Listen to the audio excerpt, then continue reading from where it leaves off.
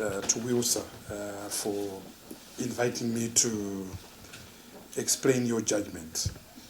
I think from what Anesu has said, abortion is a big issue in Zimbabwe. As she has said, there are 80,000, 90,000 abortions that are taking place in Zimbabwe every year. And that translates to a figure of 219 to 250 abortions per day, which averages, she says, to a minimum of 9 abortions per hour. So as we are sitting here, somewhere in some backstreet laboratory, somewhere in some hut, an illegal abortion is taking place. And a third of those people that are aborting, they actually die. The mother and the child actually die. And unfortunately, the majority of people that are actually dying in those backstreet abortions are children. And children are defined to mean any person below the age of 18. So WILSA found itself with a problem. Women's organizations found themselves with a problem. The problem that they had was that we had a law and a constitutional judgment in 2016 that said that young children can't be married. So the case of Mudzuri and others outlawed child marriages. However, that judgment was pyrrhic. That judgment was hollow in that whilst women, children, adolescent children could no longer be married, there was nothing that prevented sex from those children. So, in fact, one of the ironies that that judgment brought was a man saying, I can't marry you, I really wanted to marry you. You are 17 years of age. But the court said, I can't marry you, but I can still have sexual intercourse with you. So it was a contradiction in terms. Fortunately, the Constitutional Court, through again the fight brought by women's organizations, in the case of Diana Eunice Kawenda, said the age of sexual consent is 18. So you can't marry before the age of 18, you can't have sex before the age of 18. But we had a problem. Whether the law says there will not be adolescent sex, we know that there will be adolescent sex.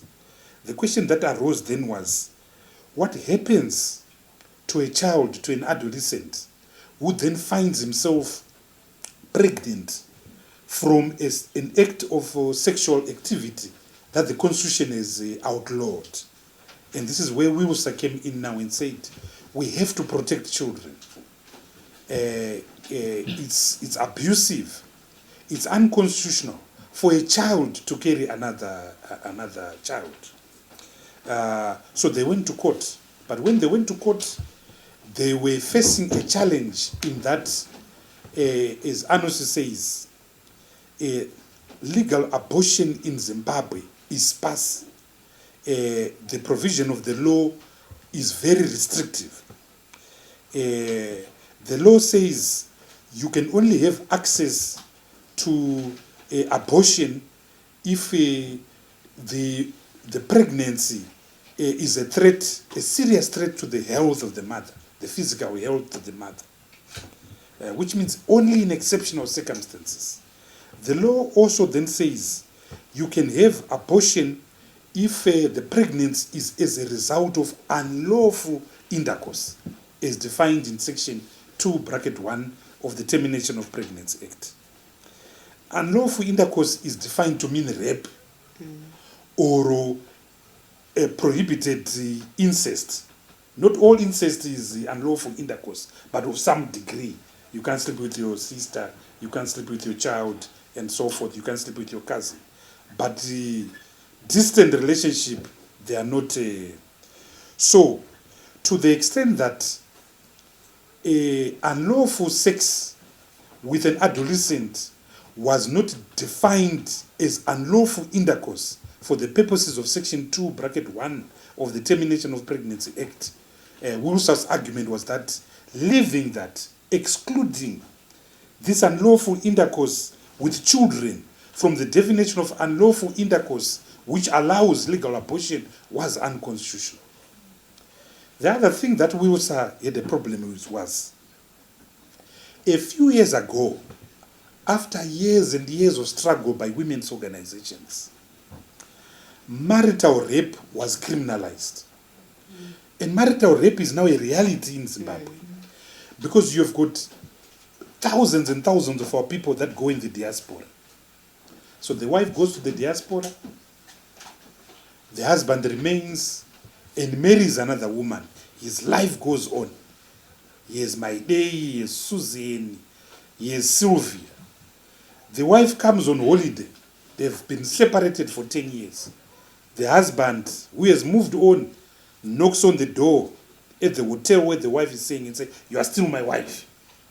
I want to sleep with you." The wife says, "But you have moved on." And remember, most marriages in Zimbabwe are unregistered customary law unions. So the divorce is not formal. Munanongopiwa gupuro, and that's that. So there was a problem until the government came to the aid of women and said marital rape is a crime. If you sleep with someone and allege you are my wife simply because you had a matrimonial liaison, it becomes a crime. So, but there was a problem now. This woman then gets pregnant. She, of course, has been raped, but it's still marital rape, but it's not one of those things that are defined in the definition of unlawful intercourse for the purposes of Section 2.1. So Wilson then said that you can't exclude marital rape from the definition of unlawful intercourse. Marital rape should also be defined as unlawful intercourse. The court, the High Court of Zimbabwe, gave a very progressive judgment. The court said, if we protected children and said children can't be married, in the case of Mudzuri in 2016, and the age of sexual consent is 18, as we said in the Diana Eunice Kawenda case in 2022, then surely we must allow this child who has been a victim, because the child is deemed not capable of having, of saying yes to in sex. We must protect this child by allowing her to have access to lawful abortion. And given the huge numbers, the terrible statistics of 9 abortions per hour, of which a third are illegal, it makes sense that the law protects and gives access to legal abortion to these young children. And I want to thank Wilson because we live in a very conservative society. So some aspects of our society might not accept how important this is. But if anyone there is a father or a mother or an aunt, you know the reality that our children are being abused. Whether we like it or not, our children are sexually active before the age of 18. And more so in the rural areas. The majority of young people that are going through illegal abortions are actually people from the rural areas. People that are poor. Those in Borodale will take their children through a first-class ticket to Senton for a legal abortion at a Mary Stoppers center. So it is the people who are in Dotito, in Chendambuya, in Nkai, in Cholocho. Those are the young children that are dying. So Wilson needs to be commended. What is the next step from here? The next step from here is that in terms of Section 175, subsection 1, the Constitutional Court must now confirm this judgment. We are very hopeful that the Constitutional Court will confirm this judgment, for it is the same Constitutional Court that gave us the case of Mudzuri, the child marriage case, that gave us the case of Diana Eunice Kawenda.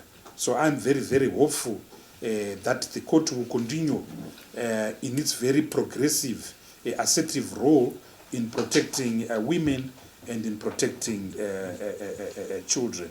But once again, let me thank Wilson and the progressive women's movement for a very broad, for a very brave public interest litigation that you took on, and long may that continue. Thank you. Thank you very much.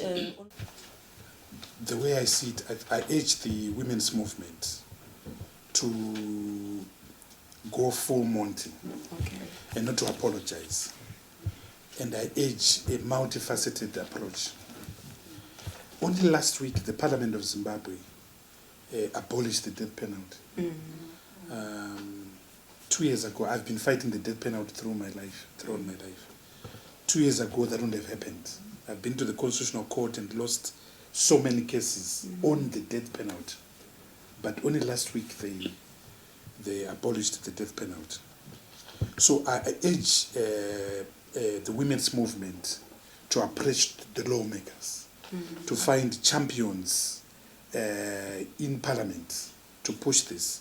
On the death penalty, I think we were lucky in that President Mnangagwa doesn't personally believe in that. No one has asked him about this issue.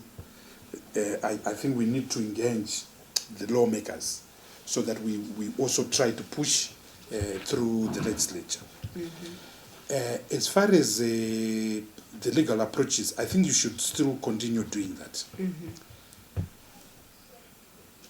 The Termination of Pregnancy Act is a very harsh law. It imposes harsh penalties, custodial penalties on women who carry out illegal abortions. But what about the men who donated the sperm? Yeah. Where is he? Why is he not being criminalized? So it's a fundamentally discriminatory law. And our constitution is founded on equality. Section 56 of the constitution says there is equality between men and women. And here is a law that is fundamentally unequal because it is criminalizing the victim. The woman is the victim of some errand, drunk, lumpen who would have run away. Who probably is a married lumpen for that matter. So I think that on its own is problematic. I remember many years ago, I acted for a woman called Mrs. Wazar, Rukudzo Miriam Wazar. So she had been expelled at Belvedere Teachers College. And one of my fundamental arguments is that these pregnant women that you are expelling at colleges, you are not expelling the pregnanting boys. Yeah. They remain on campus. They complete their degrees. They remain to impregnate other girls as well. But they are not expelled from... and the court bought that. And it's a point that I'm at. And abortion is primarily focused on the woman, the victim, but the man is not penalized. That on its own is a problem. Yeah. But the real issue here is the right of a woman to have control over her body. When I wake up in the morning, I shave. I've got a bowed as you can see. It's my constitutional and democratic right to have control over my body. The woman too should have control over her body. So we are using backdoor arguments. So here we said, children, you need to include them in the definition of unlawful intercourse. Married women, marital rape, it's backdoor argument. The real argument that the women must confront headphone is, what does it mean being a woman? It's control. It's about control. Section 51 of the Constitution of Zimbabwe protects the right to human dignity. Can there be dignity without control? No. I can see the women here, some have got dreadlocks, some have got weaves, some have got, some are slaying, some are not slaying. It's your constitutional right. Nobody asks you to dress the way you are dressed. But it's a choice you made. Yeah. Can you imagine if your husband was saying, I don't want you to put on a miniskirt? There will be a divorce in that house. What more something so fundamental as a pregnancy? So I think that you must grab the bull by the horns. In Shona we say, kujga imbwa hono. Eat the big dog. Yeah. Don't eat the crumbs you have been doing. This Yeah. judgment is an important, but we fought it through a crumb method. We were under the table, using an argument that no one can say no.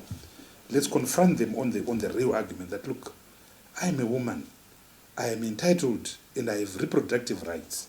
I should choose, I should make a choice. But the law as it stands too, even for, you mentioned it, Mrs. Masai, that there are people that are giving birth when they shouldn't be giving birth, because just getting those certificates from doctors, the bureaucracy. Yeah. Some of the women that are raped, some magistrates are insisting that let there be a conviction.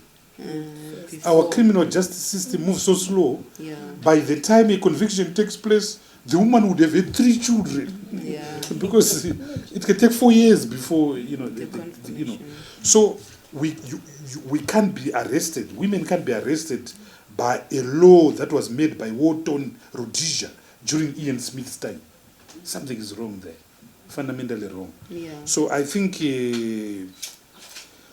that you've got a lot of work to do, and I'm glad there's so many of you here as women speaking from different constituencies. Remember, you are the voice of the voiceless.